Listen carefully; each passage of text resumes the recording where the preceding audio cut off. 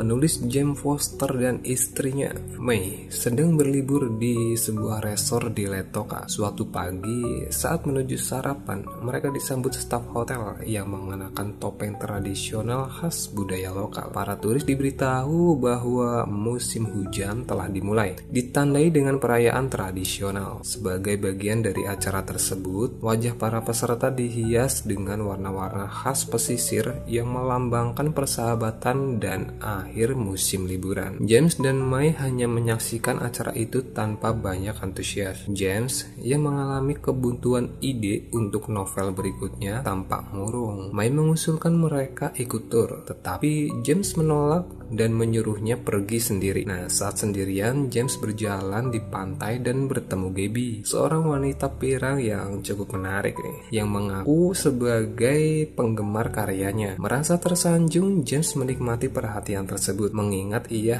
hanya pernah menerbitkan satu buku dan jarang mendapatkan pengakuan dari siapapun. Gabby kemudian memperkenalkan suaminya Alban dan mengundang James serta May untuk makan malam bersama. Malam itu kedua pasangan makan malam di sebuah restoran Cina, berbagi cerita tentang kehidupan dan bagaimana mereka bertemu. Gabby, seorang aktris, dengan lucunya memperagakan cara gagal saat syuting iklan dan mengungkapkan rasa tidak sabarnya menunggu buku terbaru James. Namun, May membocorkan bahwa James sudah lama tidak menulis apapun, yang membuat James merasa canggung. James menjelaskan bahwa ia datang ke resort ini mencari inspirasi, tapi justru malah semakin tertekan. Pasangan itu bergantung pada dukungan finansialnya dari ayah May yang memiliki penerbitan, sementara May mulai lelah menjadi pencari nafkah utama keluarga. Setelah makan malam, mereka pergi berdansa dan James merasa semakin tertarik pada Gabby. Keesokan harinya, keluarga Bauer mengajak keluarga Foster keluar dari area hotel, meskipun hal itu dilarang keras bagi turis. Kondisi ekonomi negara yang buruk dan reputasi penduduk lokal yang sering mencuri dari turis menjadi resiko. Meski demikian, James mempercayai pengalaman mereka dan setuju. Gabby menyambut mereka dengan mobil yang dipinjam dari karyawan hotel. Lalu mereka memulai perjalanan melewati jalan pegunungan, menikmati pemandangan indah hingga tiba di pantai yang terpencil. Di pantai mereka memanggang sosis, minum alkohol, dan bersantai. Dalam percakapan pribadi, May curhat kepada Alban tentang hubungannya yang renggang dengan ayahnya, yang tidak menyukai James dan menjadi salah satu alasan utama May menikah dengannya. Sementara itu, James masuk ke semak-semak di mana Gabby tiba-tiba mendekatinya dan setelah seharian berjemur dan bersenang-senang, mereka memutuskan kembali ke hotel. Karena James yang paling sadar, ia mengemudi. Namun, lampu mobil mati dan James secara tidak sengaja menabrak seseorang hingga tewas. Meskipun James dan May ingin melapor ke polisi, Gabby dan Alban melarangnya, memperingatkan bahwa sistem hukum negara itu sangat kejam dan bisa membuat mereka dieksekusi tanpa pengadilan. Akhirnya mereka meninggalkan jenazah di jalan dan membuang mobil di dekat hotel. Di gerbang hotel, mereka berbohong dengan mengatakan bahwa mereka tersesat di kegelapan. Setelah diyakinkan beberapa saat, petugas akhirnya membiarkan mereka masuk kembali. Pagi harinya, polisi datang ke kamar James dan May, menangkap mereka dan membawa keduanya ke kantor polisi. Mereka ditempatkan di sel terpisah dan dipaksa mengganti pakaian dengan jubah putih. Kemudian, detektif Errol Trace menemui James dan mengungkapkan bahwa kecelakaan tersebut melibatkan mobil milik pamannya, seorang karyawan resor. Untuk menghindari konsekuensi hukum, Trace menyarankan agar mereka mengklaim bahwa mobil itu dicuri, sebuah cerita yang sudah didukung oleh Gabby, Alban, dan May. Menurut cerita yang dibuat-buat, James yang mabuk menabrak seorang petani lokal,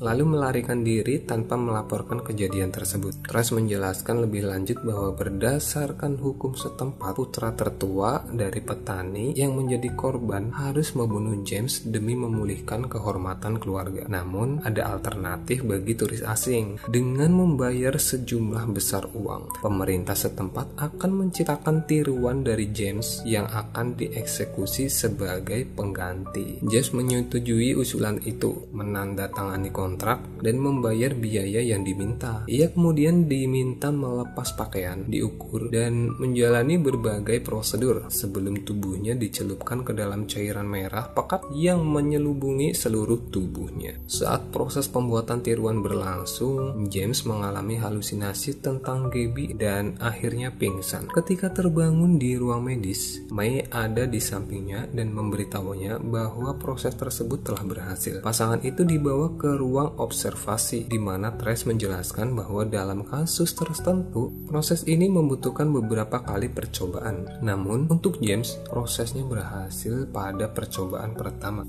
Trace kemudian memperlihatkan tubuh tiruan James yang tampak identik dengannya.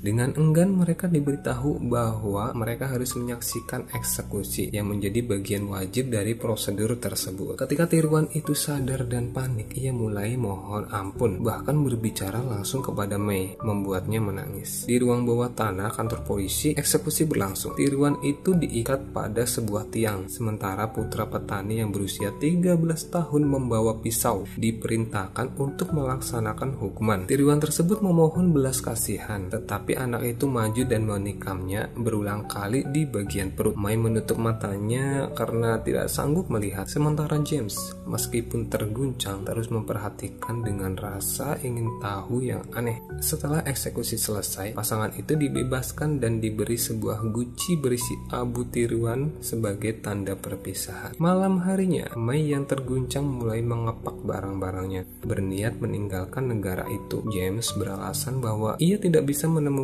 paspornya sehingga tidak bisa pergi. May yang marah dan kecewa menuduh James bersikap dingin terhadap kematian mengerikan tiruannya. James menyarankan agar May pulang lebih dulu, sementara ia tetap tinggal untuk menyelesaikan masalah paspor. May yang bingung dengan perubahan sikap suaminya akhirnya pergi meninggalkan James. Sementara itu, James memutuskan memperpanjang masa tinggalnya di hotel selama seminggu lagi. Dia bertemu Gabby yang meminta maaf dan mengungkapkan latar belakang keluarga Bauer. Saat kunjungan pertama mereka, Alban bekerja sebagai konsultan untuk membangun resort di dekatnya. Namun proyek itu berujung tragedi ketika dua pekerja tewas akibat kecelakaan dan pemilik hotel menyalahkan Alban atas insiden tersebut. Keluarga Bauer juga terpaksa membayar eksekusi tiruan mereka, sehingga mereka memahami apa yang James alami dan menyarankan dia menganggapnya sebagai hadiah, terutama karena kurangnya inspirasi James. Gabby mengundang James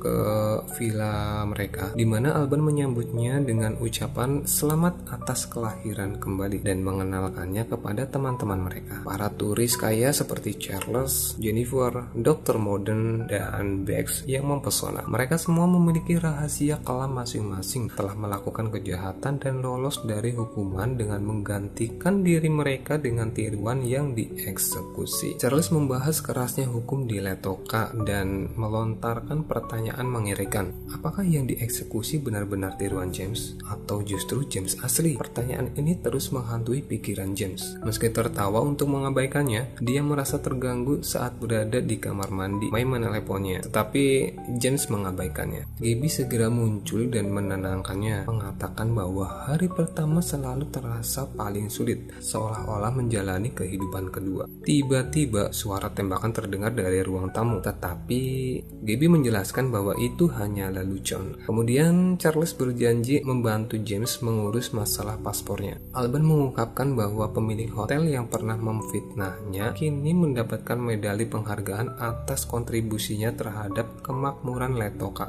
Kelompok itu merencanakan balas dendam dengan merampok rumah pemilik tersebut untuk mencari medalinya, dan James setuju untuk bergabung. Beberapa waktu kemudian, dengan mengenakan topeng ritual, mereka menyusup ke rumah pemilik hotel. Di dalam, mereka menemukan pemiliknya bersama beberapa tamu. Kelompok itu mengikat para penghuni rumah, mengejek, dan mengancam mereka dengan senjata. Gabby menyerahkan pistol kepada James, mendesaknya untuk merasakan sensasi membunuh. Saat James ragu, Gabby mengarahkan pistol ke pemilik rumah. Namun, sebelum Gabby menembak, Alban mencegahnya untuk meredakan situasi. Tiba-tiba seorang pria lain muncul dengan senjata. memicu baku tembak yang brutal. Para penghuni rumah tewas, Alban terluka tepat di kakinya, dan kelompok itu melarikan diri membawa Alban ke kamar James. May yang berada di sana terkejut melihat pemandangan penuh darah itu. Keluarga Bower, James dan teman-teman mereka akhirnya ditangkap. Di dalam sel mereka membahas rencana mereka dengan santai, sementara Dr. Modin membanggakan teknologi cloning Letoka yang tak tertandingi. Detektif Trace datang dan mengumumkan bahwa pemerintah Letoka sudah muak dengan ulah mereka, dan kali ini aturannya akan berbeda. Kelompok itu digiring ke ruang bawah tanah di mana polisi bertindak sebagai algojo karena korban mereka tidak memiliki anak. Para tahanan berteriak memohon belas kasih dan sebagian mencoba melawan, tetapi akhirnya tunduk pada pisau para petugas. Ternyata yang dieksekusi adalah tiruan mereka karena para turis kaya itu sekali lagi menyuap untuk lolos dari tanggung jawab. Di kamar hotel, James menemukan May yang sedang membereskan barang-barangnya. May menolak untuk terus menunggu masalah paspor James diselesaikan. Ia mengklaim James telah berubah. Matanya sekarang terlihat kosong seperti kepiting mati. Dan dengan hati yang hancur, May pergi meninggalkannya. James meletakkan Gucci yang kedua ini di samping Gucci yang pertama, lalu kembali ke kelompok Bower dan teman-teman mereka. Gibby mencoba menghiburnya, mengatakan bahwa May memang bukan pasangan yang tepat untuknya. Gibby menawarkan James sebuah zat ritual khas Letoka yang mempengaruhi kesadarannya. Malam itu berakhir dengan hubungan yang berlanjut menjadi pesta.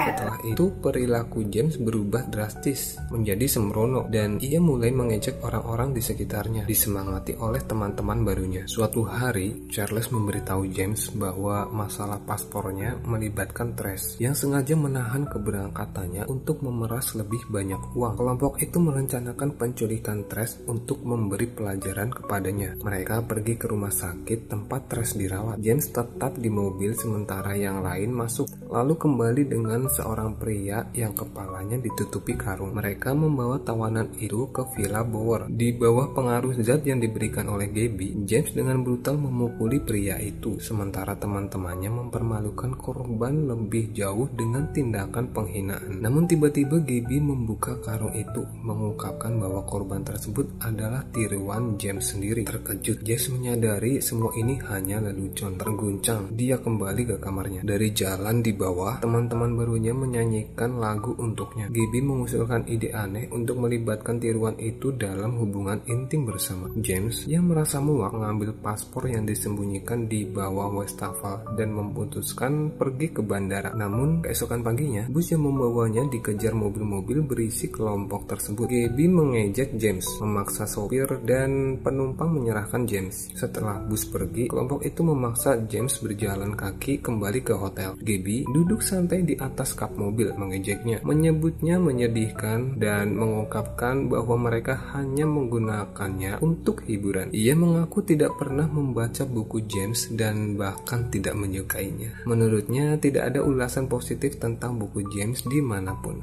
Saat Gibby lengah, James mencoba melarikan diri. Gibby menembaknya, melukai kakinya. Terhuyung-huyung, James akhirnya tiba di rumah keluarga petani yang dia tabrak sebelumnya dan jatuh pingsan. Keluarga itu merawat lukanya, tetapi James terkejut melihat anak laki-laki yang dulu mengeksekusi tiruannya. Dalam keadaan setengah sadar, James mulai berhalusinasi. Ketika sadar, ia keluar rumah hanya untuk menemukan kelompok Bower dan teman-temannya telah menemukannya. Penderitaannya terus berlanjut. Gabby menginstruksikan mereka membawa seekor anjing, tetapi Charles malah membawa tiruan lain dari James, kali ini dengan kerah dan tali. Gibby memerintahkan James untuk membunuh tiruan itu, mengatakan bahwa hanya dengan darah ia bisa membebaskan diri dari masa lalu, menjadi kuat dan benar-benar menjadi bagian dari kelompok mereka. Ketika James menolak, mereka melepaskan tiruan itu untuk menyerangnya. Dalam pertarungan yang brutal, James memukul mati tiruannya dengan tangan kosong. Gibby mencoba menghibur James dengan membuka dadanya, menawarkan dirinya untuk menenangkan James. Keesokan harinya, James memberitahu istrinya bahwa ia akan kembali. Ia mengemas Gucci yang berisi abu tiruan tiruan itu dan berangkat ke bandara bersama kelompok tersebut. Di sana, ia duduk diam sementara yang lain berbincang dan merencanakan apa yang akan mereka lakukan setelah kembali. Di bandara, James mengamati mereka semua naik pesawat mereka, sementara dia tetap berada di area tunggu meskipun penerbangannya sendiri sudah dipanggil. Beberapa waktu kemudian, James mendapati dirinya berada di kolam panoramik yang terbengkalai yang dirancang oleh Alban saat cuaca berubah. James duduk sendirian di bawah hujan yang deras, tenggelam dalam pikirannya. Akhir film ini mungkin agak-agak ambigu gimana ya. Mungkin James telah sepenuhnya menghadapi dorongan terdalamnya dan menyadari bahwa tidak ada tempat baginya dalam kehidupan normal. Atau mungkin James yang asli telah terbunuh dalam salah satu eksekusi dan orang yang kita ikuti adalah hanya sebuah tiruan yang tidak memiliki kehidupan di luar resor. Dalam hal apapun, ya kesimpulannya ini filmnya agak ambigu gimana ya. Ya biarkanlah penonton yang menarik makna mereka sendiri tentang film ini bagaimana. Menurut kalian gimana?